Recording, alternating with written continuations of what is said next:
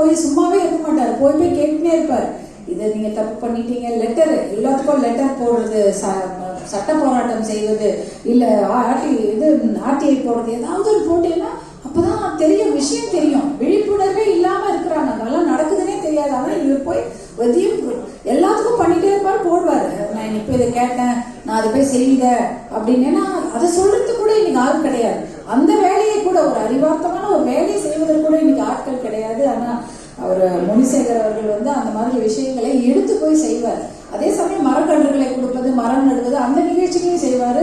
இந்த நிகழ்ச்சிகள் ஏதாவது தவறு இருந்தால் சுட்டி காட்ட தயங்கவே மாட்டார் முனிசேகர். யாரா இருந்தாலும் எதிர்க்கிறார்.